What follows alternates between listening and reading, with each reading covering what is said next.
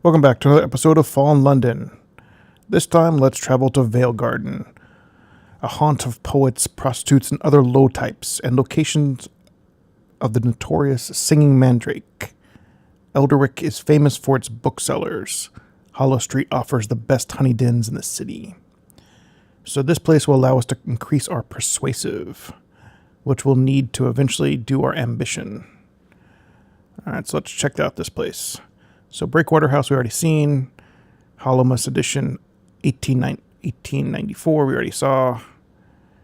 Okay, the rest are new. The Singing Mandrake. If you want to become a sensation in Veilgarden, here's the place to start. Tell a risque joke. After the opening of a popular revenue, a bishop waits on one of the more vibrant actresses at the stage door. Madam, he says. Laugh, damn you. Gasp. A stifled scream. A round of applause. 3 ladies and 2 gentlemen faint. Even an eavesdropping rat drops out of the ceiling in the state of shock. You've made an impression, it seems. Connected Bohemian. And a bottle of Greyfields 1882. Alright, let's check out some other stuff we can do at the Singing Mandrake. So the risque joke, so tell a politically dangerous joke. How does one distinguish a master of the bazaar from a barrel of sheep's urine? Let's hope your audience here is sympathetic. You don't want another spell in Newgate. 60% laugh quietly. Succeeded. They'll remember that one. Let's hope the constables don't hear it from them. In the meantime, you're the center of attention. Always a pleasant place to be. You leave the Mandrake with a bottle of good wine tucked under your arm. 2 bottles of Greyfields. And connected went to 3. Alright.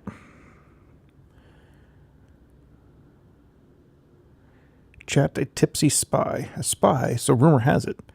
If you can get her talking, you might learn something useful. We have to have a bottle of Mandrake. A bottle of Greyfields 1882. That's chat. Succeeded. She's not indiscreet enough to say who she's spying for. A surface city, a tombs colony, hell. But she does pass on some rather startling information about city politics. 8 whispered hints. Connected, the great game is increasing. And another, lost a bottle. Alright. Mock an insufferable poser. This fellow is sitting in the back of the Singing Mandrake reciting. Well, technically it's poetry.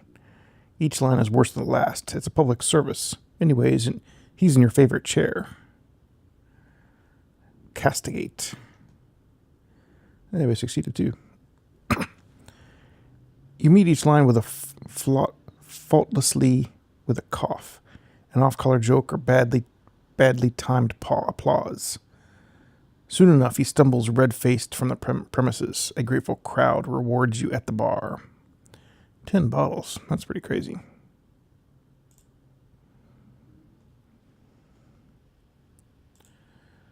All right. Let's see. Seduce a struggling artist model. So that one's locked. We need 9 to do that. And then this one costs 30 fate.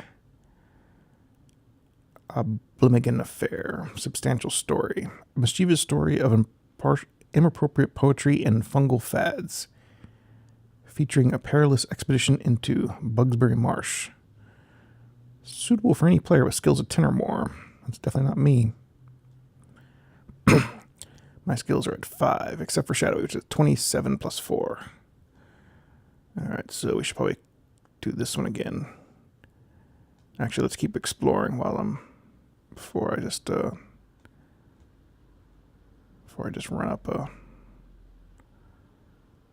grind for skill points. So I did the Singing Mandrake. Make your name a commissioned epic.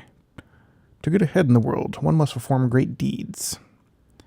Unlocked by not having a name signed with a flourish.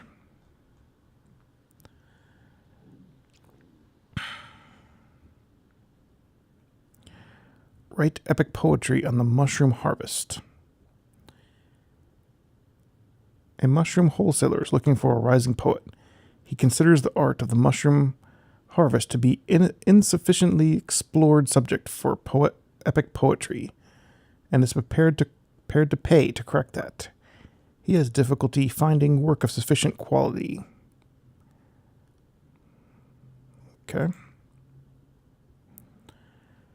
Everyone has to start somewhere, and mushrooms do have a certain lunar glamour, no?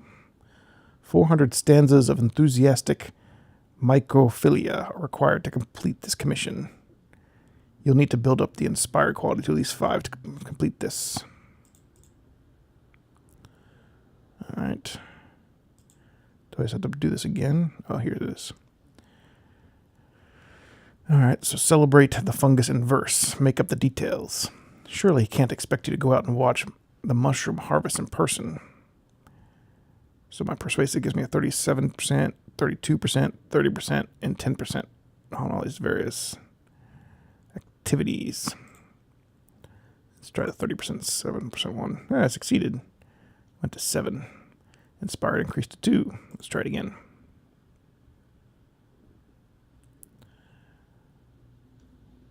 And now it's at 45. Oh, it's even better. Succeeded. So I got halfway.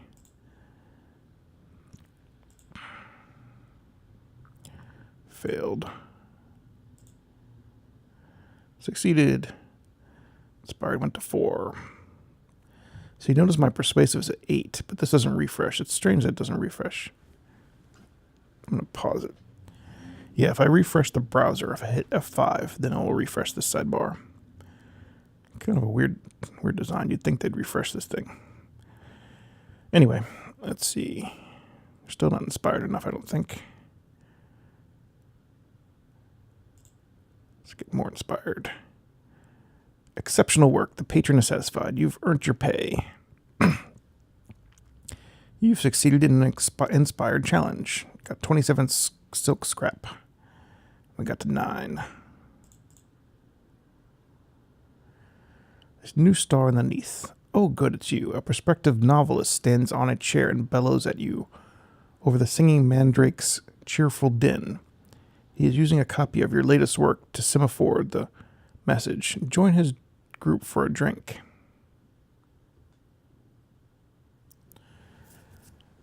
Let's see. Gracious and literary triumph. Each one of his friends has a copy of your epic mushroom.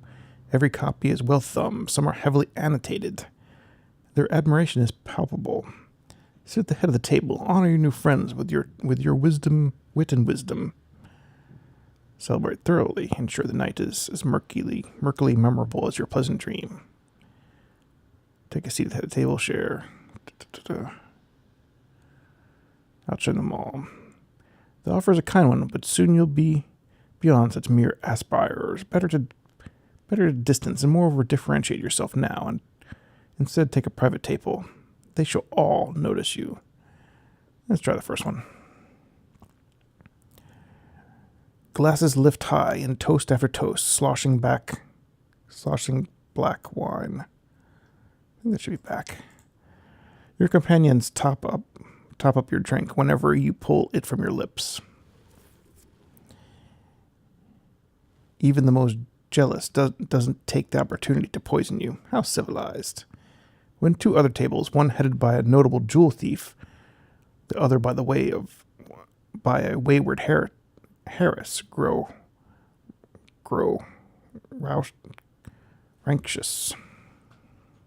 raucous. Your friends raise their compliments to a bellow. One of the Harris's retinue licks something golden from a silver spoon. She smiles sleepily, leans back, and vanishes into empty air. Prisoner's honey, the prospective novelist slurs. The poet's finest friend. You should try it. Gain 2 magnanimous. Hey, 16 persuasive. That was pretty fast. Went from 9. It's a pretty big jump. Your nightmare qualities have gone. Gain 10 drop of prisoner honey. That's pretty good.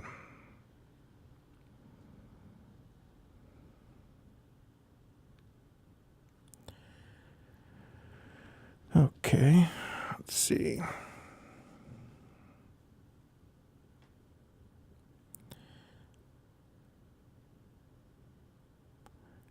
The honey dens of Veilgarden, you deserve a little treat. You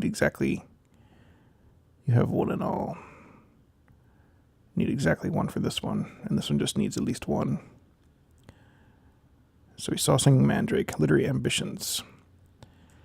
Veilgarden is a good place to pick up writing commissions. We'll do these two later. I just want to get through the rest of the kind of more generic content.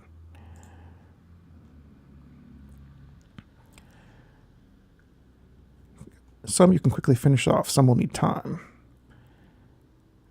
An E-Special Appetite, a tomb colonist. One of the bandaged dead, visiting London on a dusty, peculiar business. An epitaph, she hisses. Something to carve above my front door, something in the manner of Pope Augustine. Did you know? A Paschite. 2 actions. All right, well, I'll do it, see what it does. Heroic couplets and a pastoral theme. You bang it out in a couple hours over a half bottle of Grey Fields. Your patron might smile, or perhaps her skull is tenanted by worms. Hard to be sure. Her gold is icy cold, but it spends as well as any. Gain 35 pieces of rusty gold.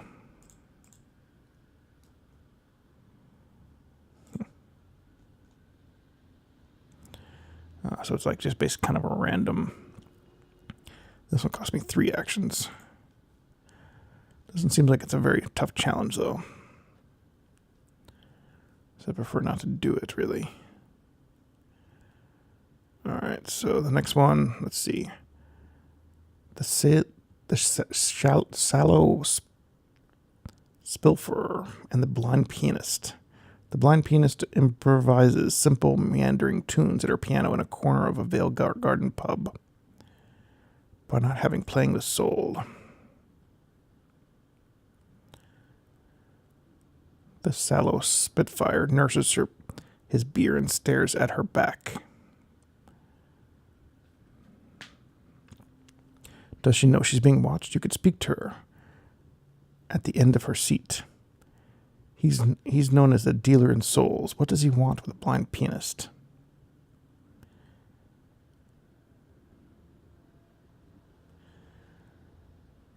Might as well talk to her, I guess. You watch the blind pianist. She's hidden it well, but you're sure. The long teeth, the hint of sulfur, behind the lavender water, yellow eyes, behind smoked glass, she's a devil. A ripple of polite applause marks the end of her set. Her music is unconventional. Even the bohemians don't know what to make of it. She sits next to you at the bar and orders whiskey. You expected me to drink blood or tears, she asks. My kin like to play to the crowd. They threw me out of the brass embassy because I didn't share their hungers. I see the swallow Spitfire's back. He's not one. He says he only buys souls to return to their owners, but I'm not sure. I tried to be friendly, but he doesn't know you can trust a devil that drinks whiskey. 2 intriguing snippets.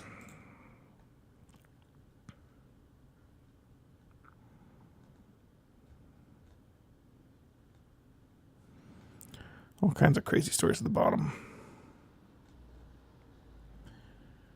Let's see. Doing those 2.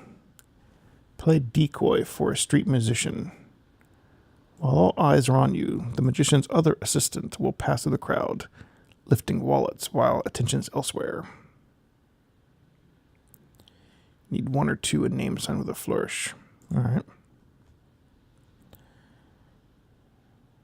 Persuasive at 52. My watch? That's not my watch. You shake the pocket watch in the magician's face. That he protests that, certainly. That watch is the same one he caused to disappear. The crowd titters expectantly. Failed. You and the magician eventually come to well-rehearsed blows. The crowd is delighted. The magician's accomplice moves along them. But afterwards you find that someone took the opportunity of your distraction to pick your pockets. Your loss almost wipes out the share of the loot. You now have a fistful of surface currency. I'll try it again. Another fistful of surface currency. Another one. Another one. Come on, it's not that hard. 52% chance I shouldn't fail like 6 times in a row. There we go. Persuasive challenge succeeded. You and the magician eventually come to... The crowd is lighted, and a shadow moves among them, lightening their pockets. Afterwards, you're awarded with your share. 2 of those, 1 shard of glim, and 10 moon pearls.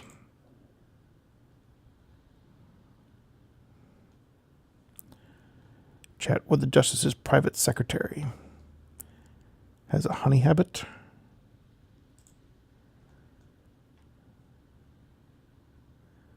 See if you can get him to open up. He must know some fascinating secrets. No, it's only 4% chance I'll come back later.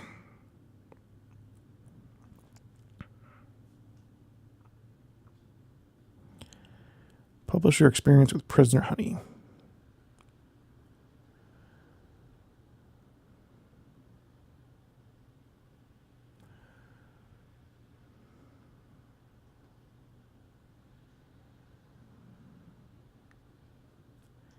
Deepen your acquaintance with prisoner honey. This stuff might be profitable as well as pleasurable. Let's try that. Take notes on your experiences. You can read them later to your associates, who will no doubtably be suitably impressed. You place a drop of honey on your tongue. Lie back and close your eyes. Pen and notebook in hand. Prisoner's honey does not bring dreams to those who sample it. Instead, it physically transports them to dreams. Your body fades from the couch as the gentle humming bees fill the room. The nature of the dream to which you travel depends in large part on your own imaginative powers.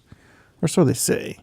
There must be some sort of mistake. You find yourself in a bleached desert of ash and white stone, inhabited only by broken statues of spit acid when you wander too close.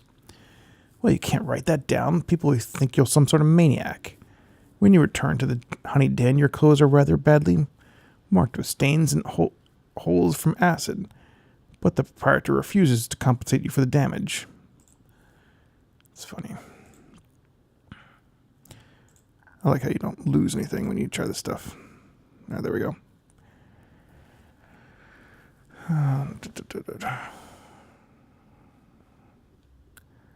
This is a little disturbing since you find yourself in a moonlit garden of white flowers and weeping statues.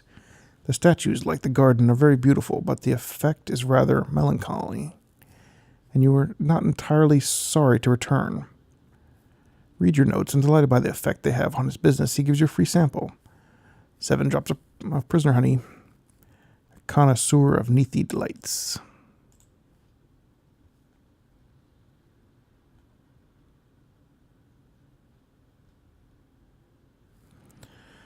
Try to publish my experiences. A magazine formerly known as the London Magazine may be interested in publishing some of your journals you've written about your experiences. Publish honey. You need to build up your inspired quality to at least 5. Your work deserves a wider audience after all. Now find sufficiently colorful material. Back to the honey den.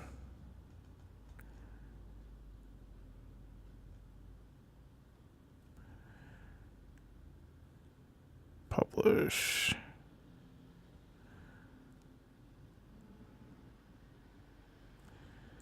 Deepen your acquaintance with prisoner honey. Take notes.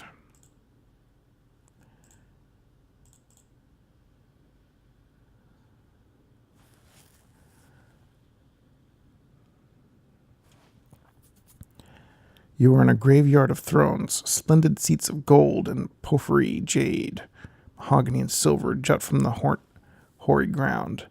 Mourners pass between them, carrying candles in their left hands and crystal glasses of sunlit wine in their right. You make your way between the thrones, reading the names on each. Victoria Ambrose, Antonio Fededucci, and you. There it is, your name, date of birth, the date of your death, and a small but detailed verse on the precise circumstances of your end. Excellent. Now you know where not to be, and when. You smile. The masked mourners toast your cunning. One hard-earned lesson. I don't think that's giving me this, is it? Yeah, so I had to build up my inspired this way. Publish your experiences. A straightforward approach. Convey the more pleasurable dreams with all this skill at your disposal. Why? Why look for trouble? Hours in perfumed pleasure gardens. You're being paid for this?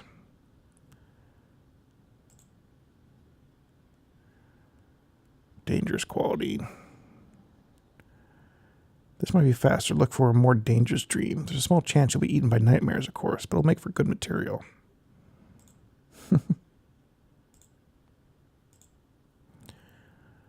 Persuasive is 18 now. 42% chance.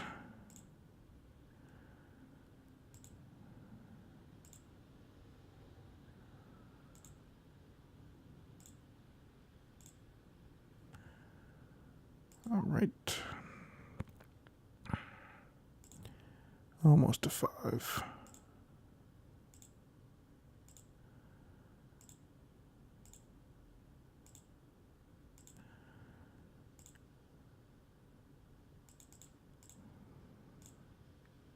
There we go.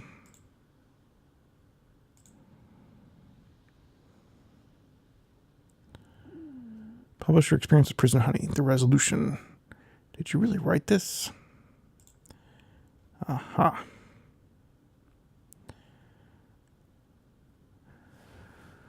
It's a modest challenge. Submit your notes. Let's find out if they know good work when they see it. Abandon it. There must be more profitable places to focus your energies. Be bold. Honey allowed you to reach trouble your conscience. Produce something extraordinary. They don't understand it?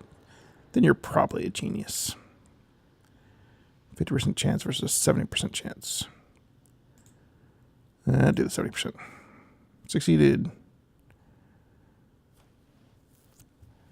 Inspired. Opening a bundle of oddities. A ball of wax. 123 lump of Lightlander beeswax. Well, it didn't give me very much persuasive at the end. The first time I did the one story did jump me a lot. Oh well, we're out of action, so thanks for watching. See you again next time on Fall in London.